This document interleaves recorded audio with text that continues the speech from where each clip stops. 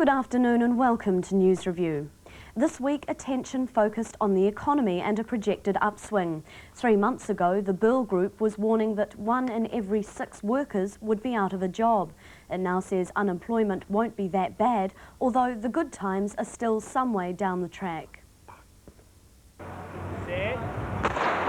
The economy's up and running, and according to Burl, it's patriotism that's helping set the pace. National pride generated by the Commonwealth Games, the America's Cup and the 1990 celebrations should all help restore economic confidence. I think it would have quite a significant impact, a bit of self-confidence. Households would be more confident about their long-term outlook. They would spend more domestically and we'd see the pace of economic activity here growing even faster. Paul Freighter's team of economists produce a detailed study of the economy every 3 months. Earlier this year, they gloomily predicted that 250,000 people would be unemployed. Today, they revised that figure down to 220,000. There's a very clear statement from government that economic growth had become an objective, and in that sense, we then have to revise our forecasts, taking into account that quite significant change in government's approach to its management of the economy. Burl's not alone in its optimism. Other forecasters have also been rushing into print since the budget with their predictions of an economy starting to rev up, lower interest rates and more jobs. The government's reaping the benefits. An eyewitness Halen poll last week showed growing support for the government's handling of economic issues. And the pressure on mortgages continues. The BNZ today cut its farm mortgage rate from 15.75 to 14.9%. But despite the optimism, there's a long way to run before New Zealand's in the clear. Burl doesn't expect any great economic improvement before the end of next year. And figures released today show a big slump in retail spending, indicating people are still nervous. Households have to save something in case somebody in their family should lose their job and be out of work for a period of 3 or 4 months. And there was a warning from the Prime Minister that inflation and unemployment could still trip up the recovery. The government's view of the wage round really is this, that our most important policy goal is jobs. We would not want to see a wage round that put that in jeopardy. So while national pride may help restore economic confidence, it's worthwhile recalling that just 3 years ago, New Zealand's first America's Cup challenge was followed by the biggest share market and property slump in the country's history. And overseas, the movement of East German refugees from Hungary to Austria has captured the headlines. Between 16 and 20,000 East Germans have crossed the border on their way to West Germany. For East Germans, the formidable Berlin Wall and the Iron Curtain that runs across Europe is a barrier many have died to get across. A life in the West was only a dream. But then in the last month they found a loophole. Hungary has recently pulled down its section of the Iron Curtain. So thousands of East Germans went there for holidays, their real plan to make it over the border to Austria and on to West Germany. They've been living in camps waiting to be allowed through, while West Germany has been preparing to receive them. Then last night the Hungarians opened the border and the Freedom Dash was on, the biggest single mass exodus of refugees to the west since the Iron Curtain was put up to stop them in 1961.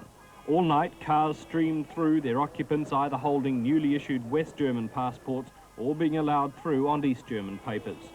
At dawn, others gathered up their belongings and went to meet special coaches and trains sent to pick up those without vehicles, while the front runners chugged on in their battered old cars across Austria. I feel free. Freedom. We are free. But the dash for freedom has strained relations between East Germany and Hungary, both members of the Warsaw Pact. East German leader Erich Honecker is seriously ill with cancer, but still heads a government determined to pen its citizens in, while they finally seem to have found a way out. This disagreement will further strain the Warsaw Pact, already divided into reformers and reactionaries. Poland now has a multi-party system and Hungary is rapidly moving in that direction. The Soviet Union is not far behind. But East Germany, Czechoslovakia, Romania and Bulgaria are still holding to rigid, old-fashioned communist structures. What we're seeing is this monolith loosening up, and these countries are going to acquire their own personalities, or rather reacquire their own personalities. Their political systems are going to differ, so are their economic relationships. But the trend is inexorably towards democratization. Tonight, Soviet television news showed East Germans crossing into the West. The irony of one socialist country helping the citizens of another to reach the capitalist West would not be lost on Soviet viewers. To the rest of the local news now, and Health Minister Helen Clark has told nurses that health funding can't continue at the old levels. She says she wants efficiency, not more spending. The health service has been trying to cope with some drastic belt tightening. Hospitals in particular have felt the squeeze. Wards and maternity units have closed, waiting lists grow. But despite increasing concern, the minister went before nurses today to claim money can no longer be poured into the system, and her message was blunt. I'm afraid that cannot mean area health boards keeping open, maternity hospitals which witness one birth every 3 days, while elsewhere in their districts, hundreds of elderly citizens queue for hip replacements. The minister highlighted the positive changes to the health system. More time and money spent on anti-smoking campaigns, for example, to keep people out of the hospital system. But those at the workface say most services cater for the helpless, the elderly and the dependent. The proposed closure of Pororo Psychiatric Hospital near Wellington has raised fears boards are only looking to find ways to save money rather than improve services. Nurses say cutbacks have seen dangerously low staffing levels in hospitals, but they're expected to keep standards when funding is disappearing. They insist that's no longer possible. Nurses are accountable for their practice, and they're not prepared to stand by and see the quality of care move from excellent to safe and adequate to inadequate. The association says it's prepared to fight for members who want to speak out against the cutbacks and the impact on their wards. It says while it accepts the government is still committed to a public health system, there's no sign of it in the real world on the wards. The Māori Fisheries Bill has been completely rewritten, and not one clause of the original bill remains intact. The legislation will go back to the House on Tuesday. Maori fishing rights are something recognised by the Treaty of Waitangi. The snag's been how to give them shape for the modern Maori. Last year, the Maori Fisheries Bill Select Committee sat down to study the bill and attempt to address those rights. It proposed that half of all fishing quota be handed over to Maori over 20 years. Maori and fishermen bitterly attacked the bill. Earlier this year, Network News revealed that a possible new solution had been put up by Select Committee Chairman Ken Shirley, that a single Maori government body be set up to look after $110 million worth of quota and cash. That's about 10% of the fishery. This proposal forms the backbone of the shape of the new bill. But tribes are angry the board of this joint body would be appointed by the government. That, they say, is not treaty partnership. The fact that the Crown wants to dictate the terms and how things are to happen, I think stinks. It seems the joint body would divide up the earnings from Maori fishing ventures among all tribes. That makes the South Island's Ngāi Tahu angry. They claim tribal rights to most of New Zealand's richest orange roughy and hoki fishing grounds. We see our fishery interest as being in our coast, and we do not see that as belonging to an interest which belongs to other tribes, any more than, for instance, the Tainui people's interest in Waikato coal is available to be shared equally across everybody else. After 11th hour lobbying as far up as the ear of the Prime Minister, the latest draft bill will go to Parliament on an interim basis, then back to the Select Committee for new public submissions. Two things still need to be established. What does traditional Maori fishing rights mean in today's world? And how will the right to fish, or the proceeds, be divided up between tribes? The public now gets another chance to have its say. Former Goldcorp chairman Ray Smith has flown from Utah in the States to the Bahamas just 1 week before his scheduled deportation hearing. When Ray Smith left Salt Lake City today, he was travelling light. Most of his American assets, helicopters, cars, a ski boat and a hot air balloon, were seized by US officials yesterday. His only companion is his girlfriend, Auckland model Monique McFadden. His two sons are reportedly left behind with little money between them. Smith left Salt Lake City at 3:30 this morning, bound for Fort Lauderdale in Florida, where he's making a connecting flight to Nassau in the Bahamas. Smith's charge of breaching his tourist visa didn't prevent his departure, but it's angered investors and politicians.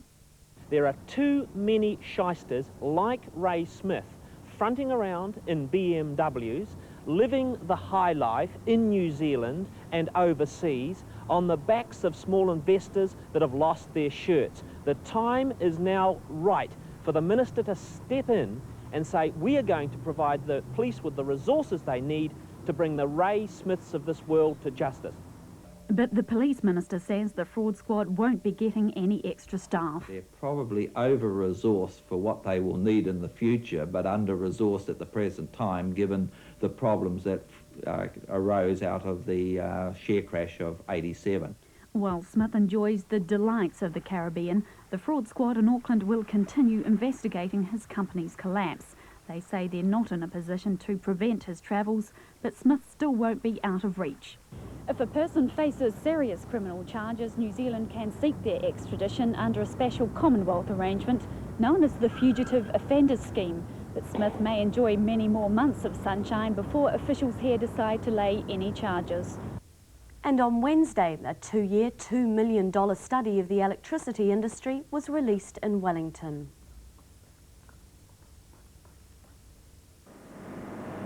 The task force plan could revolutionise the New Zealand electricity industry. Its report recommends turning power boards and MEDs into separate companies. It also wants to see the transmission system, that's the national grid, made into a separate independent company. But the most radical recommendation is to break Electricorp's hold on generation facilities. This would open the way for more competition.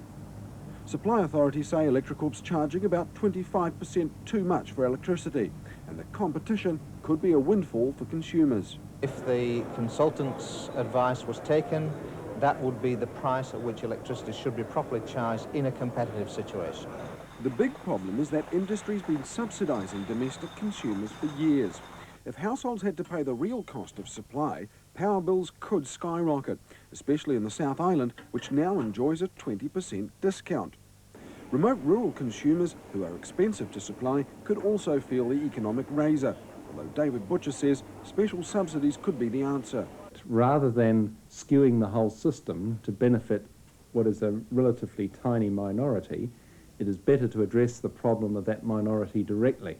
But the government says it would be disappointed if domestic power bills went up. The principal objective of the whole exercise is to reduce the real cost to New Zealand of generating and using electricity.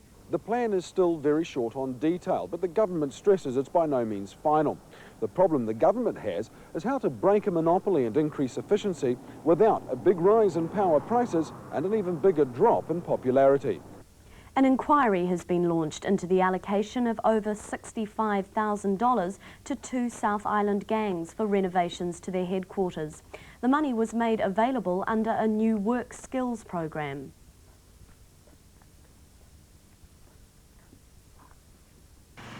The Devil's Henchmen and the Road Knights were given over $30,000 each to carry out the renovations. For some of them, it's the first work they've done since the PP schemes were axed. There's been an outcry from politicians and local bodies who think the money and the labour would have been better spent in the community. Under government's policies, we've got money for gang forts, but no money to keep the old people warm. Here's a great idea to give gang members landscape gardening, and the Minister thinks he's sending the gang members out to cut down gorse. And of course, when it gets down to Timaru, the landscape gardening turns out to be a fort. However, the gangs say the taxpayer is not being ripped off. According to them, not only are they learning new skills, they're getting paid employment and keeping out of trouble. Since the City Council has seen the bricklaying work done in the Road Knights' backyard, they've employed them to build picnic tables for a local reserve. And the cobblestoning done by members of the Devil's Henchmen has got them 3 contracts. The gangs are worried the public outcry could jeopardise the first positive steps they're taking to lose the gang tag. And they could be right. Already Employment Minister Annette King is reviewing the allocation. And we'll be back after this break with more overseas news and the background on a recent RNZAF mission to the Solomons.